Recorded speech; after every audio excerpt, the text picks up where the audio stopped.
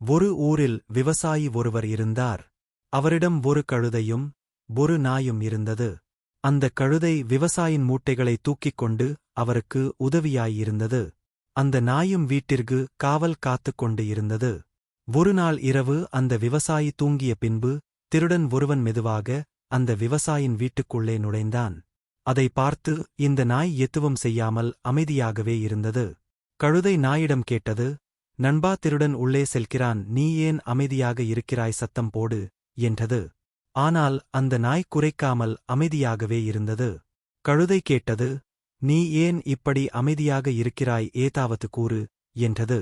அதற்கு அந்த நாய் சொன்னது, இந்த விவசாயி இப்போதெல்லாம் என்னை சரியாக கவனிப்பதில்லை, எனக்கு சரியாக உணவு கொடுப்பதும் கூட இல்லை, பின்பு ஏன் நான் மட்டும் அவருக்கு உதவி செய்ய வேண்டும், நான் குறைக்கப் போவதில்லை என்று கோபத்தில் பதில் சொன்னது.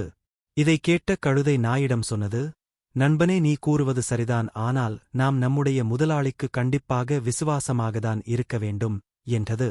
ஆனால் அந்த நாய் அமைதியாக இருந்தது. அந்த கழுதையின் பேச்சுக்கும் அது செவி கொடுக்கவில்லை.